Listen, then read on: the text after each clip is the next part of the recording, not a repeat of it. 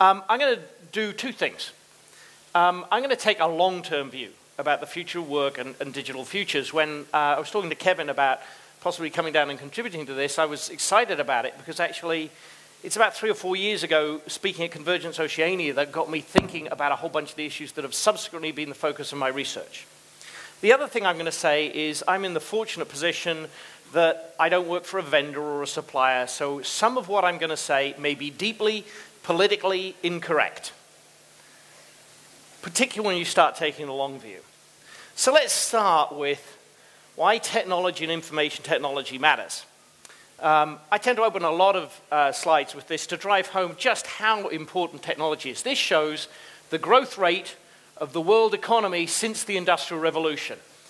And for what was happening is basically for several hundred years, we sort of potted around with not much happening.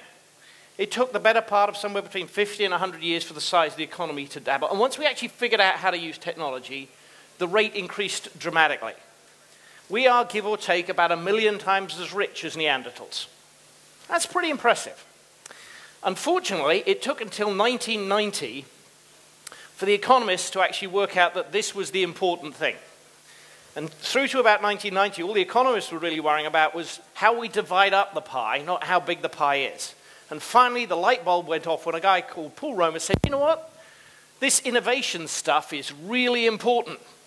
It lies at the heart of economic growth. Technological change, improvement in the instructions for mixing together new materials, he's an economist, so he uses that sort of language, lies at the heart of economic growth. Now, if we're looking ahead to the future work, there's actually a big argument going on about whether or not IT matters. On one side of the debate, we got a guy called Tyler Cowen, sort of as the prophet of gloom. And his view is that we've reached a period of stagnation.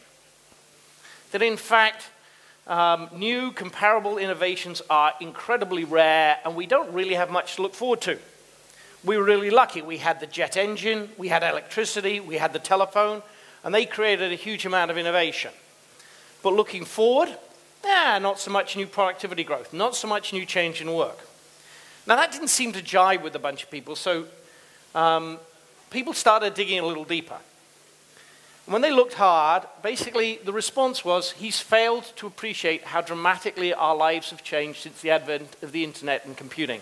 So yes, there was absolutely a slowing down of the rate at which the economy was growing. But what isn't clear is it started to pick up again in the late 90s.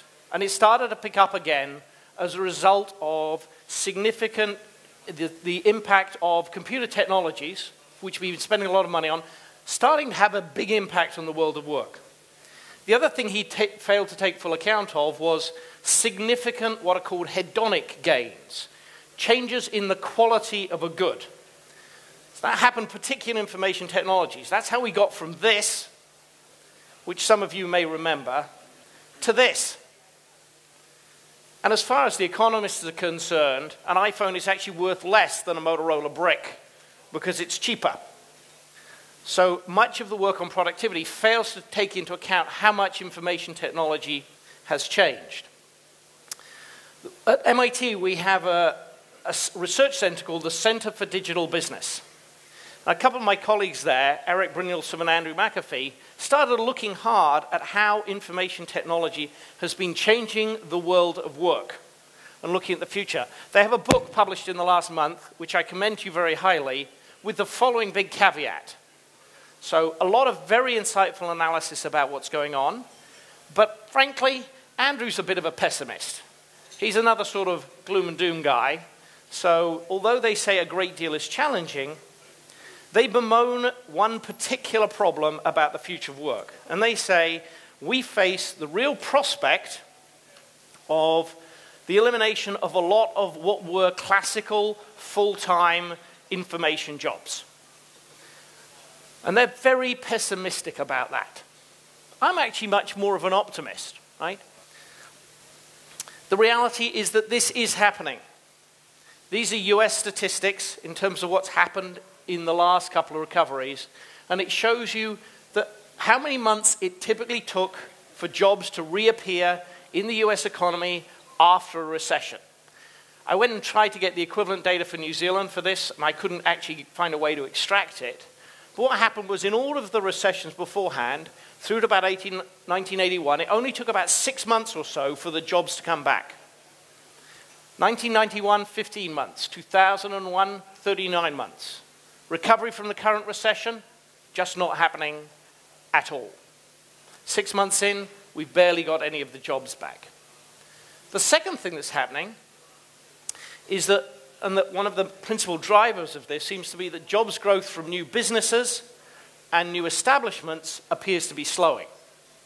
So as before you could rely on new entrepreneurial activity to bring jobs into the economy, and that would drive a big part of the uptick, it's not happening this time around. There's been a big secular decline somewhere around the middle of the 2000s. There's something profoundly different happening in terms of the world of work. It seems when you peel the part of all this away, it's because new businesses nowadays are much smaller than new businesses were in the past. That if you're forming a new company, you can do it just with fewer people. And that underpinning that is actually information technology. I made the following observation because I was talking to a bunch of VCs about ventures that they fund, and that it's actually nowadays really hard for a VC to fund an entrepreneurial startup. Given cloud computing, given agile development methods, they just don't need enough money. They can survive by bootstrapping and living off ramen noodles. So another very significant shift happening in terms of the way the world works and what's going on. This does have unfortunate consequences if we look at the world of work.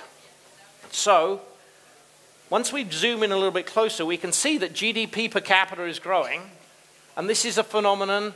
The best data I have here is for the US, but it's reflected widely. But median annual household income is not keeping up with it. There's a very deep and significant shift driven by IT in what the shape of the workforce looks like. So we see incomes, the mean of the distribution, the GDP per capita at the top, rising. But the median, how it's distributed, not shifting nearly as much. What's happening? Let me introduce you to a thing called Moravec's paradox. It appears that what is happening is that if you think of the world of work, there seem to be basically three sorts of work when it comes to applying information technology. At one end of the spectrum, we have superstars, high-performing people doing really creative work. And the returns to people at that end of the distribution are actually going up. That's why GDP per capita is going up, but median household income is not going up nearly as much.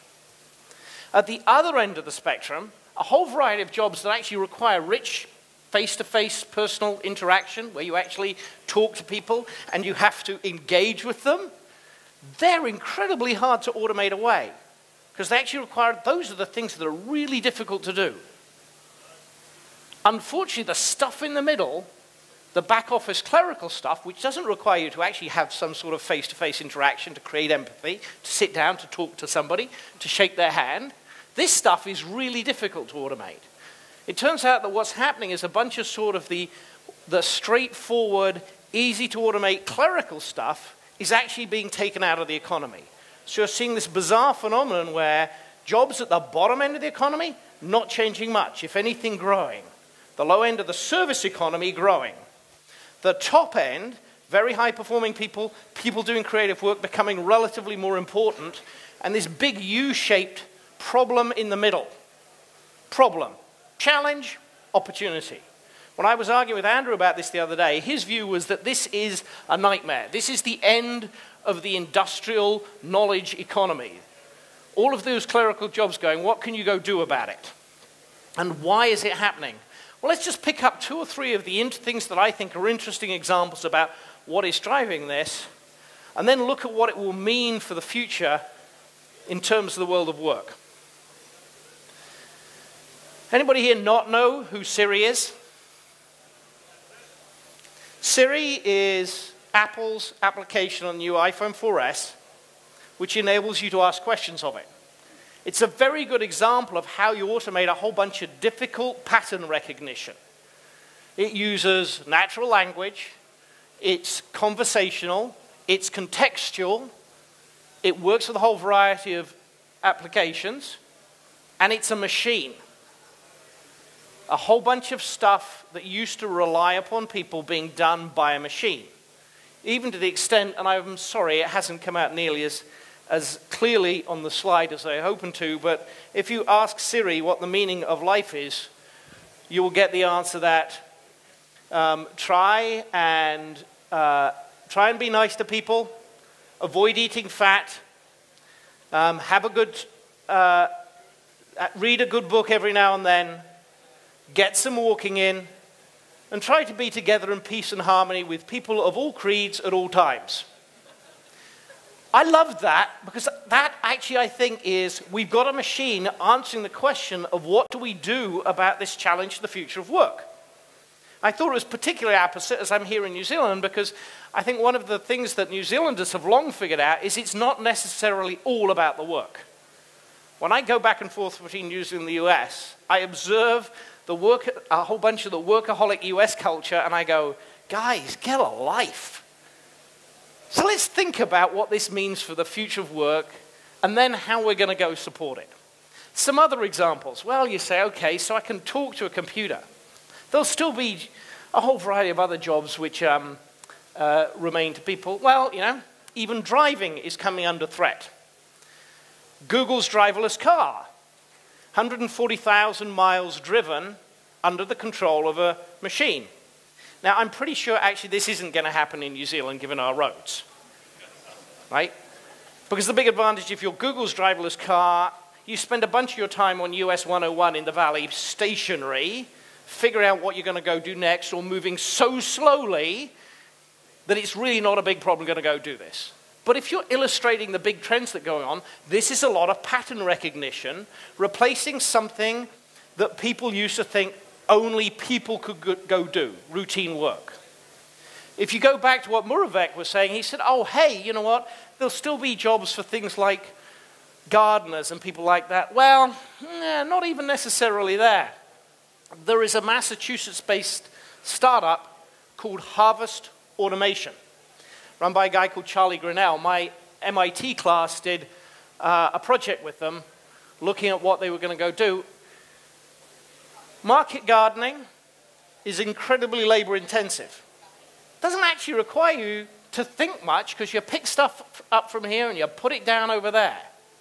And what Harvest Automation is trying to do is develop cooperative robots which are tough, little, smart, simple robots. But they're going to have a big impact on this sort of work as well. So even just the routine work of gardening is not necessarily safe. So if we're looking out at the future of work, we end up with this big three-part divide. We end up with the stuff that actually does require real person-to-person interaction, that requires empathy, that requires us doing all the things that we take very much for granted. That stays. At the opposite end of the spectrum, stuff which is creative and innovative and thoughtful, that stays. And in fact, relatively speaking, that becomes more important, and the benefits of doing that work scale up. The stuff in the middle, basic, repetitive, routine work, gets automated out of existence. Now, I have to admit that I was actually told this was going to happen about 20 years ago, 25 years ago now. One of my professors at London Business School, and then subsequently a colleague, because I now teach there, was a guy called Charles Handy. And in 1984, he wrote a book called The Future of Work. And the time he was my professor, I argued with him vehemently that he was utterly, totally, and completely wrong, and that his whole idea about an alternative future in which there's a lot of part-time work and shorter careers and people having multiple careers, I argued with him vehemently that he was completely wrong and he was full of it. As I've got older, I actually figured out the cunning old bastard was actually completely right. He just had looked further ahead than most people and had a clearer vision. And he was doing this before we had seen this level of automation. This is before the internet. This is before computing. This is before mobile phones. If you can get the book, it's fascinating reading. It's been out of print for about 10 or 15 years. But his point about is, so what's going to happen? We're going to have to embrace some very different patterns of work.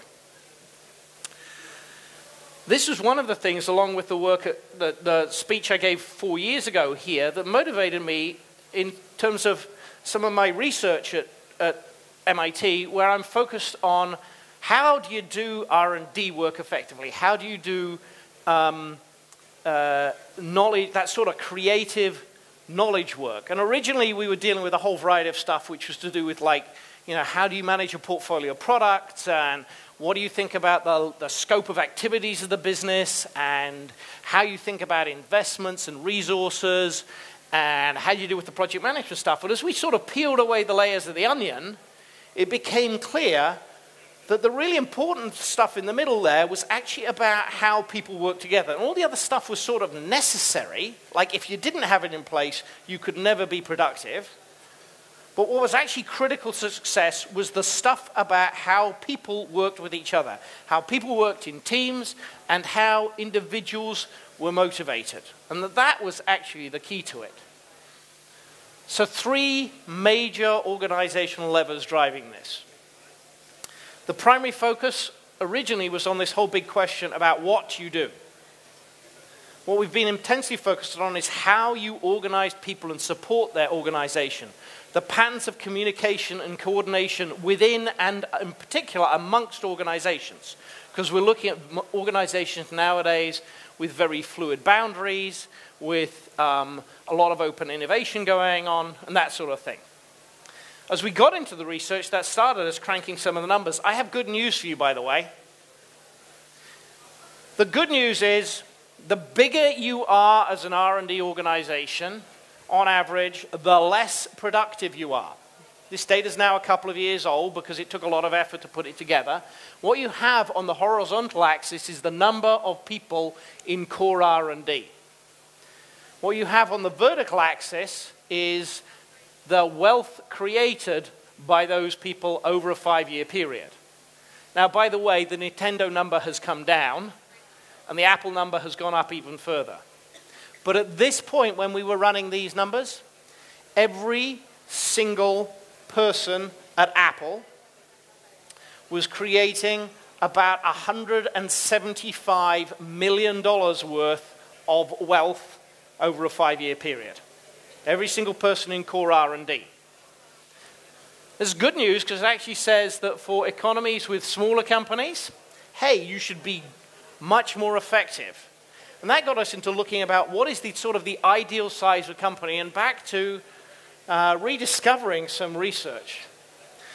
I'm an engineer by training with a couple of engineering degrees, and the more and more I do this, the more and more I find myself actually hanging out with psychologists. That's psychologists, not psychiatrists, with psychologists looking at what motivates human behavior and the rest. And this actually led us into a guy called Dunbar and looking at what is the sort of the ideal size for organization. If we're looking at the future of work and we're thinking about what we should be aiming to support, there's a whole bunch of anthropological research that says that we really can't cope with clusters of more than about 150 people. Ironically, for those of you who know HP's history, HP used to break itself up into units of about that size. And every time we've gone and looked at this, and we've run some comparative studies for people like Procter & Gamble across their organization, and every time we look at it, once you get bigger than about 150 people in one cluster of organizations, you become much less effective. As an interesting side note, he's really worth reading. He did a whole bunch of anthropological research. It turns out the reason we are the way we are is all about having big brains so we can party. The reason that we have big brains that sit up here that consume about 25 or 30% of our energy is overwhelmingly so we can have more friends. We can have a broader social group. Human beings as a species have by far the richest and most complex set of social interactions, and it's that that drove our intelligence, and it's that which is what drives the size of our brains. It seems to be a good explanation for what drives R&D productivity and why you get very good R&D productivity in very small teams. You get good R&D productivity in the middle, but once you get big, everything falls off a cliff. The other important consideration, and this is that follows from this, and this is where I'm going to get really deeply politically incorrect. So anybody here from HR? Anybody working in HR? Phew, thank God.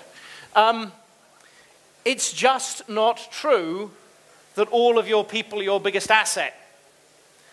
The unfortunate political reality of productivity in modern knowledge-based companies is only some of your people are your biggest asset. If you look at the distribution of the work that you're trying to support, the unfortunate reality is it's heavily skewed towards making the few people who are most productive more effective. Who here is a computer programmer or has been a computer programmer? Who's written code? Right? The differences in productivity of people who write code aren't 10 or 20%. This is not Stackhanovite manual labor where a big guy can hit the fence post a little bit harder with a hammer. The differences in productivity amongst people who write computer code aren't even tenfold. They are 100-fold or 1,000-fold. But this is a very different sort of work that we're concerned with, this sort of creative work. And the key here is spot them, nurture them, and support them. That's actually one of the key things. So back to this idea about what the future of work looks like. At one end, we've got a bunch of stuff which doesn't go away because we shouldn't be trying to automate it. We should be trying to support it. It involves rich personal interaction. We've got a chunk of stuff in the middle which we've been using people to do drone work for, and that's going to go away. So we're going to have to rebalance what we do with people's times. At the other end, we've got to support a bunch of people who are having a significant impact on overall productivity. The second part of that is, so what's we going to do this with? Anybody here work for a PC vendor? I'm relieved. Nobody wants to admit they work for a PC vendor? One of the things we do is look further out into the future. And we recently finished a significant piece of work trying to look out at the whole of the digital economy through 2018. What is going to happen that when you look at global device revenue, what we spend our money on in terms of the devices is that the app phone, that big line at the top, will come to absolutely dominate. And the lines which are sliding down, the fourth line down is the PC. And the size of the PC market relative to the app phone market becomes a tiny fraction. I don't have the profit picture here, by the way, but also the PC industry in aggregate, once you take Apple out, doesn't make any money. The two other big areas that grow above it, are just above that, are the connected televisions, or connected thing formerly known as a television, because it won't look much like what you currently think of as a television, and tablets. So let's explode that, because this will make the picture a little bit clearer. Connected TVs, rising at about 20% a year. Tablets, rising at about 30% compound.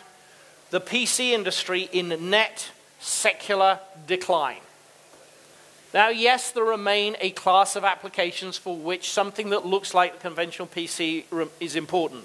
Intensive knowledge work. So this is sort of like the PC going back to its heritage. The PC goes back to becoming a workstation. It's not a general purpose media device, and the only people who will have one, and the only people who will care about them, is people doing intensive knowledge work. We're going back to the PC as workstation, and what will supplant it almost completely is the tablet. When you start looking at what is already happening inside businesses, tablets are the preferred mode of operation for a whole variety of things that people do, like writing notes about a speech that's being made or responding to an email. Really easy to do on a tablet. I'm hoping he's writing notes about the speech, but I suspect he's probably writing email. The code for Wi-Fi is ITEX 2011, all lowercase. There you go. I'm going to come back to that point because what was his immediate response? Stand up.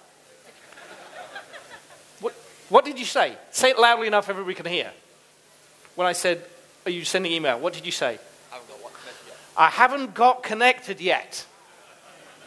Think how important that is. I'm going to come back when we wrap up. Don't lose sight of that. Tablet, connected. There's another tablet down here. You on the Wi-Fi? No, I'm on my Davies. But you have to have a connection. Hold that thought. So we're moving into a world where the PC gets relegated to a workstation. Tablets, app phone, everybody, every economically active human being on the entire face of the planet has an app phone. And by an app phone, I actually mean something that has good browsing, supports media, and the rest. Who here's got an old BlackBerry? Doesn't count. Sorry, guys. Who here's got a Symbian phone? Really doesn't count. Android, iOS, Windows Phone 7 class devices that allow you to do a whole bunch of knowledge work while you're out and about and moving around, supported by a large number of tablets. So in this new world of work, what we end up with is the app phones and tablets and cloud become the dominant platform. This is not a PC-centric world. This is the world in which the PC is relegated to a supporting role as a workstation, that we're using a combination of personal app phones and business app phones, personal tablets, and particularly in the home, shared tablets as a mode of interaction, and a radically different future. Put it all together, and what does the world look like in 2018? And this is driving home to me the importance of resolution. We'll get these slides posted so you can find a way to look at them. But basically, you're looking at a picture in which the device base and spending is heavily skewed towards app phones and tablets, in which when you look at the OS share, even out through 2018, we're looking at sort of a 2.5, not quite a duopoly, a 2.5-opoly, that Apple, for a variety of reasons, mostly to do with loyalty, continues to do extraordinarily well, in which the current consumer electronics industry, not the focus of today's discussion, basically contracts in total size, in which the only decent growth area is connected televisions, in which everything in the connected home becomes an accessory to an app phone or a tablet. Again, not overnight. This is going to take the better part of a decade to play out. But if you're thinking about what the future looks like, where the dominant digital platform is an app phone, a tablet, and the cloud. So let's bring those together. What are the implications for CIOs and their teams? If you're going to write any notes, this is your cheat sheet to take away. This was about the future of work. We're going to get much less conventional, full-time, routine knowledge work. It's being rapidly automated out of existence. Yes, that has profound implications for the whole of the future of work. It has some interesting social implications. I actually think it's a good thing, because it gives people the opportunity to do more part-time work, in many cases, to lead more portfolio careers, to do a couple of things, do all the things that my professor and colleague Charles Handy said we would be doing. It gives people the opportunity to think more about what it is they really want to go do. The implications for that, if I'm thinking about what I need to do as a CEO and what I will need to do in the future, is automate everything routine. If you don't, someone else will, and in doing so, free up a bunch of people's time, free up a bunch of people's energy. Secondly, think really hard about how you empower small teams of people working together. Lastly, it is actually about supporting the superstars. Because productivity in knowledge work is so heavily skewed towards a few people who make a disproportionate contribution, the unfortunate, politically incorrect reality is you're going to have to make significant investments in enabling those people to be as effective as they possibly can be and to leverage their time well. You will need to be doing that, basically building on an infrastructure that is overwhelmingly around app phones, around tablets, and around the cloud. And that has two profound implications. Connectivity, as our friend observed, and mobility. Doing what he's doing on a laptop just wouldn't really have worked, apart from the sort of the difficult balancing stuff. And without the connectivity, not really worth having. Second one, mobility. So, I want to finish with what is my favorite all-time quote. Guy called Ernest Rutherford, New Zealander, won the Nobel Prize. When he was asked how his lab, the Cavendish lab in Cambridge in the UK, which by the way is still there, walled up because it's radioactive, when he was asked how his group was so productive relative to all the other research groups in the world, why they were generating so many more discoveries, he had a very simple answer, which I think is a good aphorism for us. We haven't got the money, so we've got to think.